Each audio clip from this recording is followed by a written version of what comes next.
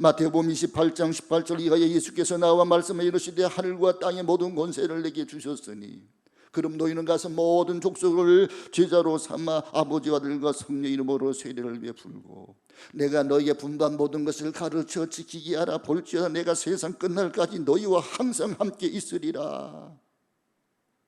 예수님의 이 믿음을 그대로 전수받은 사도 바울이 로마서 5장 3절 4절에 이렇게 말씀하세요. 다만 이뿐 아니라 우리가 환난 중에도 즐거워하나 이는 환난은 인내를, 인내는 연단을, 연단은 소망을 이룬 줄 알미로다. 여러분, 예수를 믿는다고 시험이 없는 것 아니에요. 고난이 없는 것 아니에요. 고난이 찾아옵니다. 어찌 보면 세상 사람들보다 더 시험이 많아. 왜? 예수 믿기 때문에, 의롭게 바르게 살기 때문에, 진리의 편에 서기 때문에, 정의의 편에 서기 때문에. 예수 믿는 사람들은 의를 위하여 비박을 받을 수도 있다 그 말이에요. 예수를 믿는다고 시험이 없는 게 아닙니다. 시험이 있어요. 그런데 다른 게 있습니다. 예수 믿는 우리들에게 하나님께서, 우리 주 예수 그리스도께서 보혜사 성령을 보내시고 우리를 함께 하신다는 거예요. 우리를 도와주신다는 거예요. 우리에게 영적 권세를 주신다는 거예요. 내가 너와 함께 하리라. 하나님은 당신의 자녀를 그냥 내버려 두시는 분이 아니에요. 계속 내 곁에서, 내 안에서 나와 함께 하시는 하나님, 주의 성령으로 함께 하시는 하나님, 내 곁에 다가오시면서 너는 날 수가 있어, 너는 날아야 돼, 너는 재기할 수 있어, 일어날 수 있어, 힘내야 돼, 담대하라, 세상 끝날까지 내가 너희와 함께 하리라. 이렇게 주님이 말씀하시는 거예요.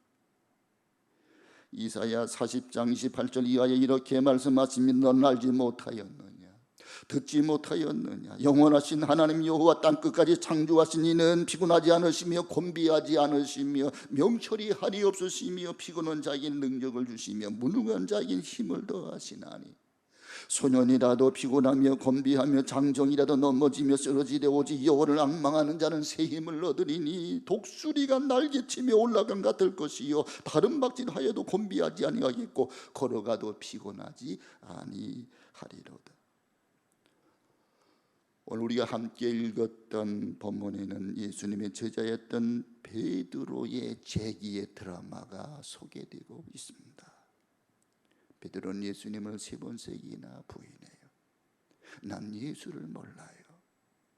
두 번째는 맹세하며 부인한, 난 예수를 맹세하고 모른다니까. 세 번째는요, 저주까지 하면서, 저주까지 했던 얘기가 뭐 예수님을 욕했다는 거잖아요. 그 예수를 3번씩이나 부인합니다. 이것이 양심의 가책이 일이고 죄책감이 되어서 나 같은 사람이 어떻게 주님을 따르겠나, 내가 어떻게 주님의 제자로서 이를 감당할 수 있겠나. 그래서 부활하신 주님을 보았지만 예수님 곁을 떠나 자기 고향으로 돌아간 거예요. 옛날 고기잡이로 돌아간 거예요. 그랬더니 그 예수님의 다른 제자들도 나도 고기 잡으러 가겠다고 7명이나 베드로를 따라서 갈릴리 바다로 고기 잡으러 낙향을 해버린 거예요. 그들은 사명자의 길을 버리고 고향 낙향에서 물고기 잡으러 갈릴리 바다로 돌아간 겁니다. 근데 그날따라 고기가 한 마리도 잡히지 않아. 밤새도록 그물을 쳤는데 고기 한 마리 잡히지를 않아. 3년 전에 그런 경험이 있었잖아요. 밤새도록 고기를 잡았는데 그물을 던졌는데 고기 한 마리가 잡히지도 않아. 그래서 새벽에 이제 그물을 걷어가지고 와서 괴롭게 그물을 싣고 있는데 그때 주님이 나타나셔서 배를 띄워라, 깊은 데로 가자, 오른쪽에 던져라. 그래서 그물을 던졌더니 그물이 찢을 정도로 고기를 잡았던 그런 경험이 있었잖아요. 그때 주님께서 베드로에게 나를 따라오너라, 내가 너로 하여금 사람을 낚는 어부가 되게 하리라. 사람을 낚아야 된다. 너는 사람들에게 복음을 전하여 사람들을 하나님의 사람으로 변화시키는 그 사명자의 길을 걸어야 된다. 그래서 베드로는 그물을 버려두고 예수님을 쫓았잖아요. 예수님께 3년 동안 신학생으로서 그렇게 모든 것을 함께하며 하나님이 함께하신 예수님의 권세도 능력도 보았잖아요. 근데 그 예수님이 죽으셨어요. 십자가에 죽으셨다가 사흘 만에 부활하셨어요. 베드로에게 나타나셨습니다. 그래서 베드로는 예수님을 다시 쫓다가 자기가 예수님을 3번이나 부인하고 배신하고 도망쳤던 그런 기억 때문에 그는 갈릴리 바다로 고기 잡으러 다시 갔던 거예요. 그런 베드로를 예수님이 찾아오세요. 나는 이제 물고기나 잡겠습니다. 옛날처럼 그저 물고기나 잡고 단순하게 그렇게 살겠습니다. 베드로의 시간은 자꾸 과거로 거꾸로 돌아가고 있어요. 여러분, 우리 인생은 과거로 돌아가면 안 돼요. 과거에 좋은 것은 우리가 붙잡아야, 지켜야지요. 좋은 전통은 살려야지요. 그러나 우리의 인생이 자꾸 왕년의 과거로 돌아가면 안 되면 그런 사람은 발전이 없어요. 우리는 현실에 충실하면서 미래의 꿈을 가지고 비전을 가지고 앞으로 나아가야 되는 거예요. 한 개인도 그렇고 가정도 그렇고 교회도 그렇고 나라도 마찬가지요. 지도자든 그래서 앞으로 미래지향적으로 꿈과 희망과 비전을 이야기해야만 되는 거예요. 지도자는 비전을 선포해야 되는 거예요.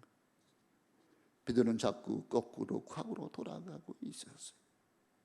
그러나 이것이 베드로의 끝인가요? 아니었습니다. 요한복음의 마지막 장인 요한복음 21장은 베드로의 좌절과 절망을 그리고 있는 것이 아니라 베드로의 일어남, 재기를 그리고 있는 거예요. 어떻게 베드로가 재기할 수 있을까요? 베드로는 자기 자신을 스스로 포기했어요. 그러나 스스로 포기한 베드로를 포기할 수 없는 분이 계셨어요. 그것은 예수 그리스도였습니다. 주님께서 베드로를 포기할 수 없어요. 베드로를 재기시키고 싶으셨어요. 그래서 그 갈릴리 바다로 찾아가신 거예요. 다시 베드로를 만나 주신 거예요. 베드로에게 꿈을 주신 거예요. 환상을 주신 거예요. 비전을 주신 거예요. 여러분, 우리가 인생을 살아가면서 지난 날들 과거에 화려했던 것만 기억하고 과거 왕년에 그것을 내가 꿈만 먹고 사는 사람들이 있나이까? 그것은 현재에 충실하지 못한 모습이에요. 그러면서 옛날이 좋았는데 그러면서 현재의 삶 속에 어떤 꿈도 비전도 상실하고 낙심하고 불안하고 그냥 이렇게 살다가 가면 그만이지, 이렇게 생각하는 분이 계신가요? 그러면 이 베드로의 재기의 드라마에서 우리 주신 영적 교훈을 배워야 됩니다. 우리는 어떻게 다시 비전을 회복하고 일어설 수 있을까요? 우리가 다시 일어서려면 첫 번째, 주님의 사랑을 확신하라는 거예요. 우리 한번 따라, 주님의 사랑을 확신하라. 주님의 사랑을 확신하십시오. 실패한 사람에게 있어서 재기의 의욕을 빼앗는 가장 무서운 적이 있다면 그거는 주변 사람들의 냉소적인 시선이에요. 무관심이에요. 나를 땅없이 보는 사람이 있긴 있는데 너 같은 사람이 뭐 할 수 있겠나, 이 냉소적으로 그렇게 볼 때 우리는 재기의 의욕을 잃어버릴 수 있다는 거예요. 예수님을 3번씩이나 부인하고 갈릴리 바다로 도망치듯 참적했던 베드로를 찾아가신 예수님은 다른 것을 묻지 않아요. 바요나 시몬아, 네가 나를 사랑하느냐, 이것만 물어요. 내 양을 먹이라, 내 양을 치라, 내 양을 먹이라. 내가 아무리 실패했지만 아무리 좌절했지만 내 곁에서 나를 붙드는 따뜻한 사랑의 시선이 있다면 이 시선이 얼마든지 나를 일으킬 수 있다는 사실이에요. 여러분, 사랑이 있다면 우리는 다시 일어설 수 있어요. 그러나 가장 사랑하는 친구에게조차 가족에게조차 버림을 받는다면 우리는 어디로 가야 합니까? 베드로에게 있어서 가장 최대의 사랑은 이제 주님이었어요. 베드로는 그 실패의 원인이 자기 자신에게 있었던 것은 사실이지만 아마도 주님마저도 자신을 버렸을 것이라고 생각했을런지도 몰라요. 그가 예단했을 거예요. 주님은 나 같은 사람은 관심이 없을 거야. 나는 주님의 제자로서 사명 감당하기가 너무 부족해. 나 같은 제자를 우리 주님은 더 이상 상대하지 않을 거야. 주님은 나 같은 사람을 더 이상 사랑하지 않으실 거야. 아마 이렇게 생각하고 있을런지도 몰라요. 그런데 요한복음 21장 이 마지막 장을 읽어보면 어떤 사건이 베드로에게 일어납니까? 세 가지 사건이 일어나요. 베드로가 그물질을 했는데 고기가 한 마리도 안 잡히는 거예요. 베드로는 갈릴리 바다의 어불 출신이잖아요. 잔뼈가 굵었잖아요. 그 물고기의 생태를 잘 알잖아요. 어떻게 하면 고기가 많이 잡히는지 알잖아요. 자기 경험, 자기 지식이 있잖아요. 그래도 그물을 던졌어요. 고기가 잡힐 만한 곳으로 갔습니다. 잡힐 만한 시각으로 갔습니다. 그 그물을 다 완벽하게 준비했습니다. 근데 거기 한 마리가 안 잡히는 거예요. 그런 베드로 주님이 찾아오셨어요. 베드로가 주님을 찾아간 게 아니잖아요. 그는 도망치듯 그렇게 숨어버리는데요. 그런데 예수님이 찾아오셨어요. 그리고 행동으로 사랑을 보여주시는 거예요. 예수님과 베드로, 이 베드로의 타락 이후 배신 이후의 최초의 만남의 장면이 이렇게 이루어지는 거예요. 고기를 한 마리 잡지 못했어요. 근데 주님이 나타나셨어요. 주님을 가장 먼저 알아보는 사람은 사랑하는 제자 요한이었습니다. 주님이세요. 베드로가 얼마나 견년 좁습니까? 자기는 예수님을 부인하고 보았지만, 부활하신 주님을 봤지만 도망치듯 이렇게 숨어버렸는데 주님이 찾아오셨잖아요. 주님께서 말씀하시는 거 저 깊은 데로 가라.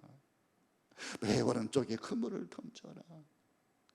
그물이 찢을 정도로 고기가 많이 잡혔는데 이날 고기가 잡힌 것은 153마리였어요. 작은 물고기는 버리고 큰 물고기를 이제 수합해서 계산해 보니까 153마리.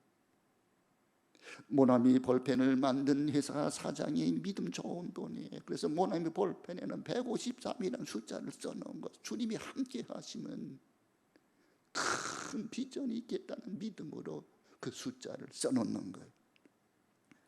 그리고 주님은 바닷가에서 생선 요리를 하고 계시는 거예요. 그 고기를 노릇노릇하게 구워놓고 기다리고 계신 거예요. 그리고 하시는 말씀이 와서 조밥 먹어라, 이 말씀 하시는 거예요. 다른 말을 먼저 하시지 않아요. 와서 조밥 먹어라. 배고프지? 춥지?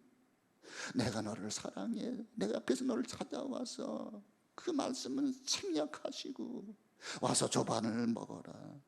오늘 본문의 말씀 15절은 이렇게 시작이 됩니다. 15절 같이 읽겠습니다. 그들이 조반 먹은 후에 예수께서 시몬 베드로에게 이르시되 요한의 아들 시몬아, 네가 이 사람들보다 나를 더 사랑하느냐 하시니 이르되 주님 그러하나이다. 내가 주님을 사랑하는 줄을 주님께서 아시나이다. 이르시되 내 어린 양을 먹이라 하시고, 만약에 주님이 그때 찾아오셔가지고 식사도 하기 전에 야단치듯 주님이 그렇게 질문했더라면, 베드로야, 왜 넌 나를 3번씩이나 부인했니? 왜 맹세하고 저주하면서까지 부인했니? 우리가 말하면 그렇게 말할 것 같잖아요.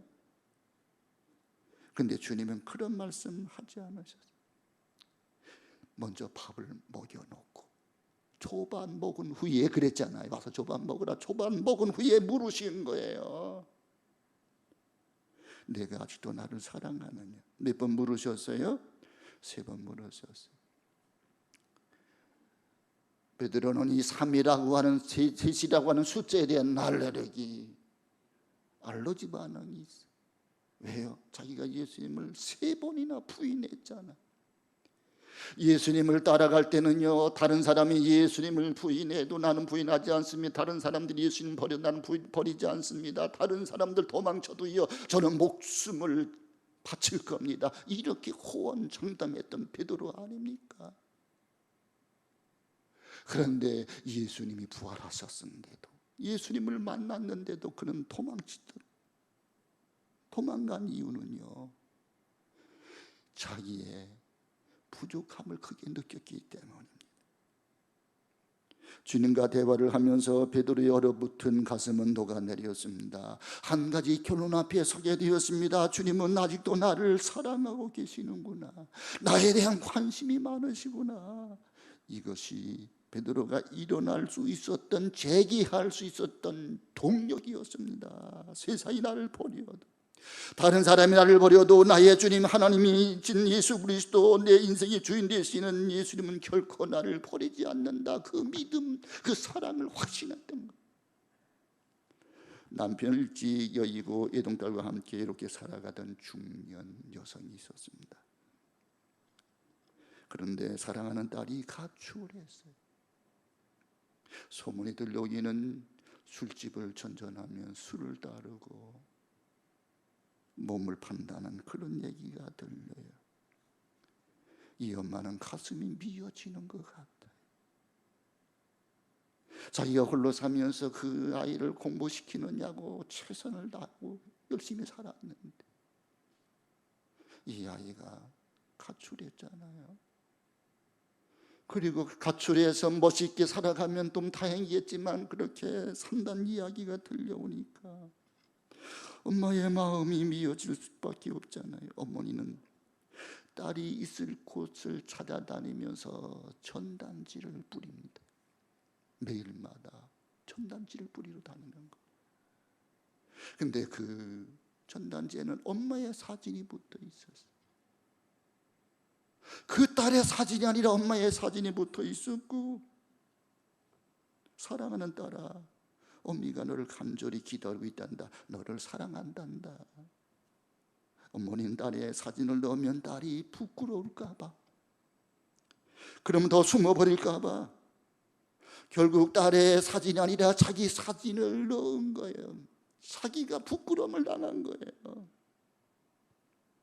딸은 어머니 품으로 돌아오게 됩니다. 그 전단지를 보고 견딜 수가 없었어요. 통의 눈물을 흘립니다. 어머니의 깊은 사랑을 도저히 외면할 수 없었어요. 저를 위하여 대신 수칠당하신 은혜와 사랑을 감사드려요. 이게 돌아온 딸의 고백입니다. 우리 주님의 마음이 그런 마음이에요. 그는 근본이 하나님이셨어요. 영광 받으셔야 마땅해요. 그런데 하늘 영광을 버리고 이 땅에 오셨어요. 낮고 천한 인간의 모습으로 오셨어요. 그것도 가장 가난한 목수의 아들로 베들레헴에서 탄생했어요. 죄인들의 친구가 되어주시고 죄인들 위해 예수님은 일하셨어요. 마침내 죄인들 대신에 예수님 십자가에 몸짓고 피 흘려 대신 죽으셨어요. 그래서 우리는 하나님의 사랑을 확증해 주신 거예요. 이 땅에 찾아오신 예수님, 십자가를 지신 예수님, 그분은 사랑의 주님이었어요. 이 사랑의 주님을 사도 바울은 로마서 5장에 이렇게 묘사하고 있습니다. 우리가 연약할 때에, 내가 경건치 못할 때에, 내가 죄인 되었을 때에, 내가 하나님과 원수 되었을 때에 우리 주님이 사랑하셨다는 그 표현을 로마서 5장 6절에는 우리가 아직 연약할 때 기약대로 그리스도께서 경건하지 않은 자를 위하여 죽으셨도다. 로마서 5장 8절에는 우리가 아직 죄인 되었을 때 그리스도께서 우리를 위하여 죽으심으로 하나님께서 우리에 대한 자기의 사랑을 확증하셨느니라. 로마서 5장 10절에는 곧 우리가 원수 되었을 때 그의 아들의 죽으심 말미암아 하나님과 화목되게 하셨은즉 화목하게 된 자로서는 더욱 그의 살아나심으로 말미암아 구원을 받을 것임이니라. 그렇습니다. 하나님께서 나를, 저와 여러분들을 사랑하세요. 지금은 성령을 보내셔서 우리를 위해 탄식하시고 기도하시고 힘주시고 사랑 주시는 거예요.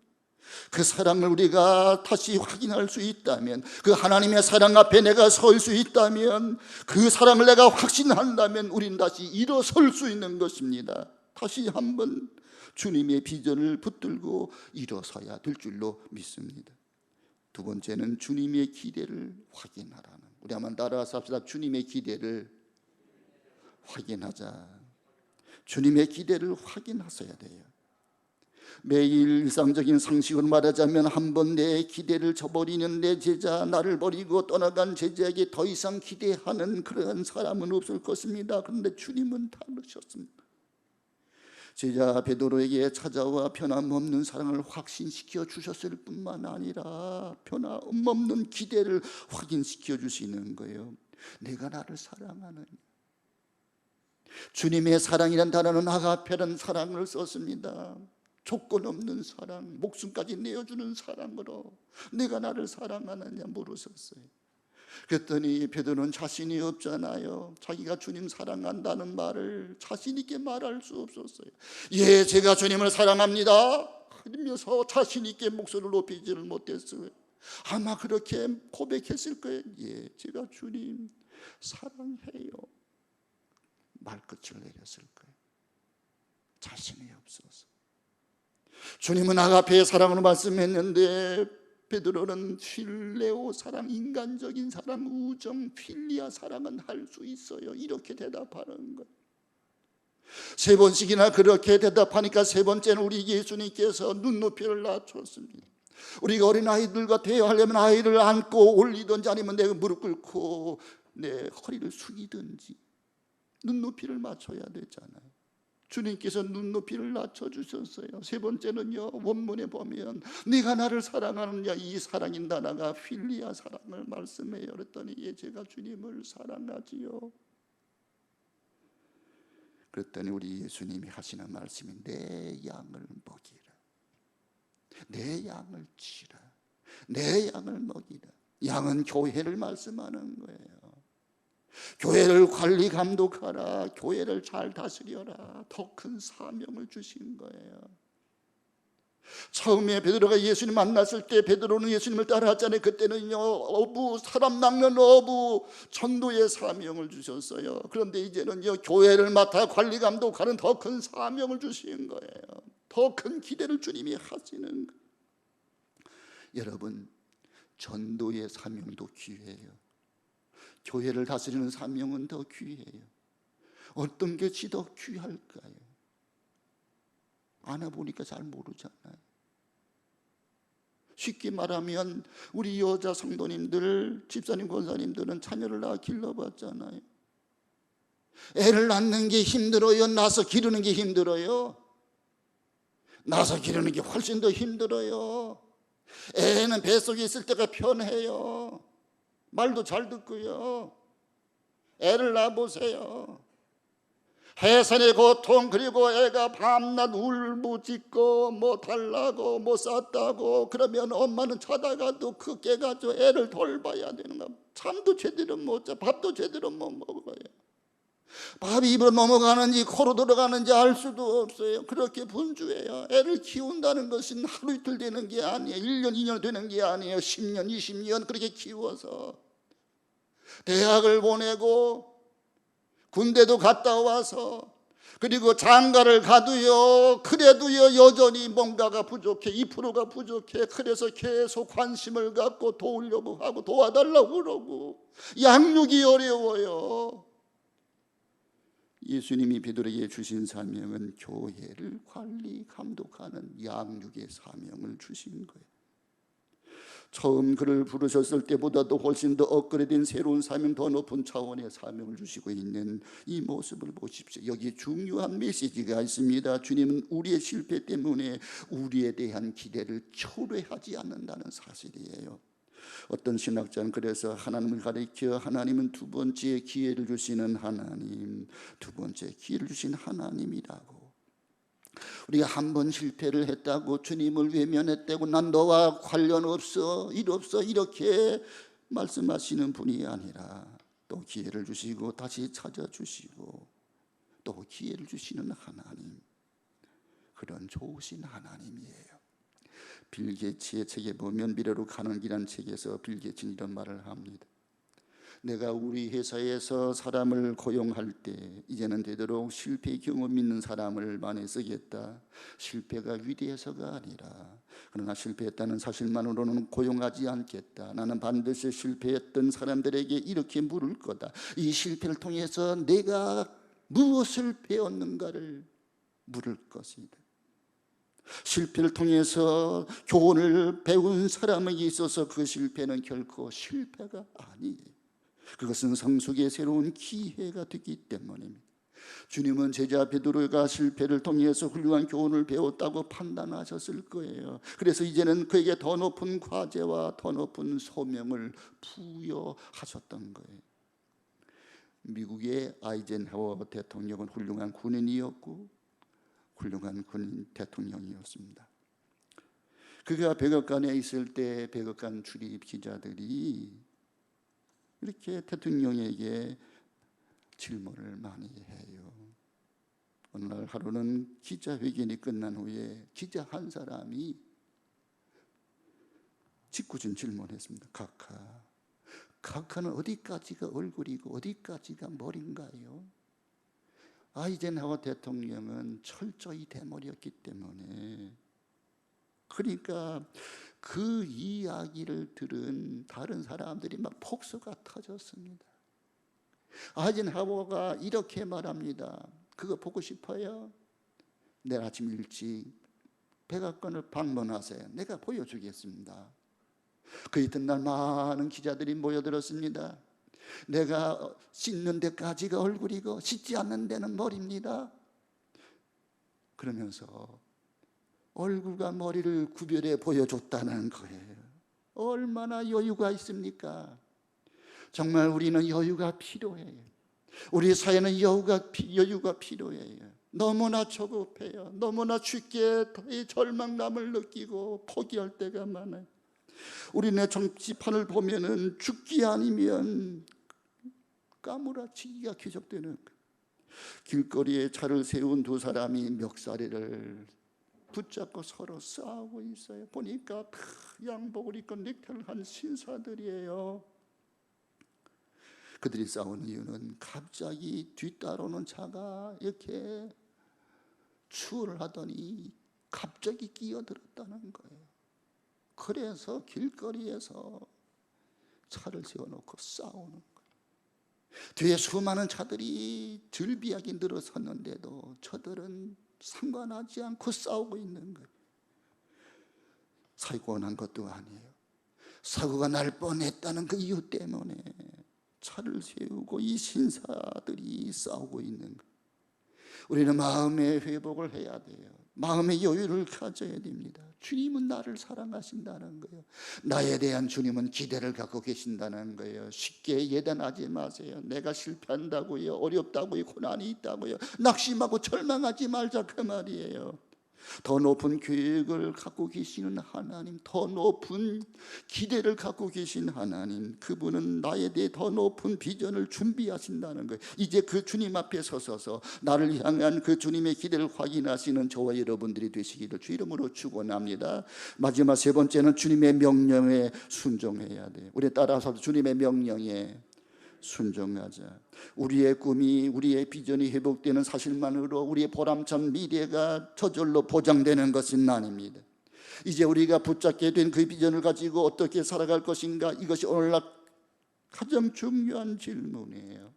여기 오늘 본문에 보면 베드로에게 마지막 중요한 명령이 떨어집니다. 그것이 19절 말씀인데 19절을 같이 한번 읽어봅니다. 이 말씀을 하시면 베드로가 어떠한 죽음으로 하나님께 영광을 돌릴 것을 가리키심이로라. 이 말씀을 하시고 베드로에게 이르시되 나를 따르라, 나를 따르라. 사실 나를 따르라고 하는 이 명령은 베드로가 갈릴리 바다에서 처음 안드레 형제와 함께 만났을 때 주셨던 명령입니다. 나를 따르라. 사람을 낳는 어부가 되게 하리라. 그런데 베드로를 회복시켜 주시면서 다시 재기시켜 주시면서 새로운 비전을 보게 하시면서 다시 명령을 하시는 거예요. 나를 따르라. 우리는 주님의 이 말씀을 계속 기억해야 돼. 내가 힘들 때, 내가 위기와 고난 가운데 있을 때 새로운 비전을 주시면서 내게 영적 권세와 능력을 더해 주시면서 나를 따르라고 말씀하신 주님의 말씀을 상기해야 됩니다. 나를 따라오너라. 우리가 흔들릴 때마다 그 말씀을 지금도 우리는 붙들어야 되는 거예요. 베드로가 타락 직전에, 실패 직전에도 주님은 단단히 각오하고 기도하고 따라오라고 기도하지 않으면 시험에 든다고 나와 함께 깨어 있자고 그렇게 부탁을 했잖아요. 그런데 베드로 어찌 했습니까? 쿨쿨 잠자고 있었어요. 그러다가 예수님은 3번이나 부인하고 말았어요. 자신만만하던 베드로는 잠시 후에 넘어졌어요. 철없는 베드로, 아직도 자기의 연약함을 알지 못하는 베드로였어요. 그러나 주님은 이제 달라진 베드로의 모습을 보고 있습니다. 내가 나를 사랑하느냐 그렇게 물었을 때에 아마 타락 직전에, 실패 이전에 베드로라면 그렇게 대답을 했을 겁니다. 예, 물론입니다. 그걸 질문이라고 하십니까? 다른 사람은 주님을 부인해도 배신하도 떠나가도 나는 주님을 떠나가지 않을 거예요. 그렇게 자기 의지로 그렇게 이야기했을런지 몰라요. 그러나 이제 베드로는 자기가 실패를 경험했잖아요. 철저히 예수님을 3번씩이나 부인하는 그러한 실패를 경험했잖아요. 이제는 자기의 의지가 아무것도 아니라는 것, 자기의 지식도 경험도 별 볼일 없는 것을 그가 깨달았기 때문에 이제는 철저히 주님을 의지하겠노라고, 이제는 주님의 말씀을 붙잡고 성령의 인도하심을 따라가겠다고 그가 그렇게 고백하고 있는 그런 겸손한 베드로의 모습인 거예요. 이 베드로의 자신 없음을 여기서 보게 되는 거예요. 베드로는 자신 없이 내가 주님 사랑하신 거 주님이 아시잖아요. 그렇게 말꼬리를 흐렸을 거예요. 그러나 자신할 수 없기 때문에 겸손히 무릎 꿇고 주님을 의지할 수밖에 없는 베드로였으면 이것이 중요해요. 그러자 주님은 베드로에게 그의 생의 마지막에 펼칠 광경을 보여주세요. 그게 18절 말씀이에요. 18절을 같이 읽습니다. 내가 진실로 내기노니 내가 젊어서는 스스로 띠띠고 원하는 곳으로 다녔거니와 늙어서는 내 팔을 벌리리니 남이 내게 띠띠고 원하지 아니하는 곳으로 데려가리라. 젊어서 내 마음대로 원하는 대로 갈 수 있었어. 내 나이가 많아서는 아니야. 여기 말씀이 대비되고 있어. 젊어서는 늙어서는. 젊어서 내 마음대로 살았어. 그런데 늙어서는 내 마음대로, 내 충동대로, 내 본능대로, 내 느낀대로 마음대로 살 수 없어. 그렇게 살면 안 돼. 내가 원하지 않는 것으로 하나님이 너를 이끌 수도 있어. 그때 내가 내 인생 속에 들어가마, 내 인생과 함께하마, 내가 너를 붙잡아 주마, 내가 너에게 성령을 보내주마. 그렇게 지금 주님이 그 말씀을 예표적으로 보여주는 거예요. 내 인생의 마지막에 승리가 되도록 간섭할 것이다. 그래서 19절의 말씀에 보면 이 말씀을 하시면 베드로가 어떠한 죽음으로 하나님께 영광을 돌릴 것을 아시고, 베드로의 마지막이 영광이 위해서, 그 마지막이 승리기 위해서 처음도 중요하고 과정도 중요하지만 결과가 중요하다고 이제 주님이 말씀하시는 거예요. 젊어서 내 마음대로 그렇게 스스로 원하는 곳으로 다녔지만 내 의지대로 경험대로 내 지식대로 살았지만 아니야. 내 지식대로 경험대로 살 수가 없어. 늙어서는 주님이 너의 인생을 간섭하실 거야. 내가 원치 않는 곳으로도 갈 수 있을 거야. 너는 이제 사명자가 될 거야. 너는 사명을 붙들고 살아야 돼. 사명을 붙들고 살려면 너에게는 하나님의 성령이 필요해. 하나님의 성령을 의지하라고, 이렇게 새로운 각오를 지금 주님이 말씀해 주고 계시는 거예요. 지금 우리나라는 중요한 딜레마에 빠져 있어요. 점점 빚은 늘어나서 정부 빚이 벌써 1,000조가 넘었어요. 1인당 빚이 2천만 원이 넘었어요. 전 국민이 무엇보다 다음 세대, 젊은 세대가 갚아야 되잖아요. 노인들은 점점 많아지고 있어요. 젊은 사람들이 점점 숫자가 줄어들고 있어요. 다음 정부가, 또 다음 정부가 감당할 수 있을까? 제2의 IMF는 오지 않을까? 그것이 우리들 가운데 팽배하고 있어요. 그러나 우리는 다시 일어서야 돼. 다시 우리는 재기해야 돼요. 다시 허리끈을 졸라매야 돼요. 다시 우리는 열심히 일해야 됩니다. 비전을 봐야 됩니다. 스스로 삶을 우리가 이제 줄여가야 돼요. 방만한 삶을 줄여가야 돼요. 우리는 이제 더 열심히 일해야 돼요. 더 꿈을 가져야 돼요. 더 꿈을 우리 후배들에게, 너희들은 꿈이 있어, 미래가 있어, 일어나야 돼, 너희들은 희망을 가지고 살아야 돼, 이렇게 우리는 말해줘야 되는 거예요. 그것은 우리의 힘으로 되는 게 아니에요. 하나님의 성령이 임해야만 되는 거예요. 이 나라 이 백성들이 하나님을 더 의지해야 되는 거예요. 성령을 의지해야 되는 거예요. 우리의 힘이 아니라 하나님의 힘이, 하나님의 비전이, 하나님의 은혜가 우리에게 부어질 때에, 그래서 예루살렘을 떠나지 마라, 약속하신 성령을 기다리라. 그러면 너희의 성령이 임하실 것이다. 그러면 권능이 임하실 것이고 새로운 비전이 될 것이고 너희들이 하나님의 비전을 볼 것이다. 믿음의 사람이 될 것이다. 이렇게 주님이 지금 베드로의 후반기 인생을 간섭하시겠다는 거예요. 그 비전을 주시겠다는 거예요. 이 하나님의 도우심을, 하나님의 능력을 의지하면서 이 나라 이 백성이, 우리 젊은 세대, 다음 세대들이 일어설 때에 우리 민족은 힘이 있을 줄로 믿습니다. 인생을 망친 것은 실패가 아니요, 꿈을 잃어버리는 거요, 비전의 상실이요. 베드로를 제기시킨 주님은 저와 여러분들을 제기시켜 주실 줄로 믿습니다.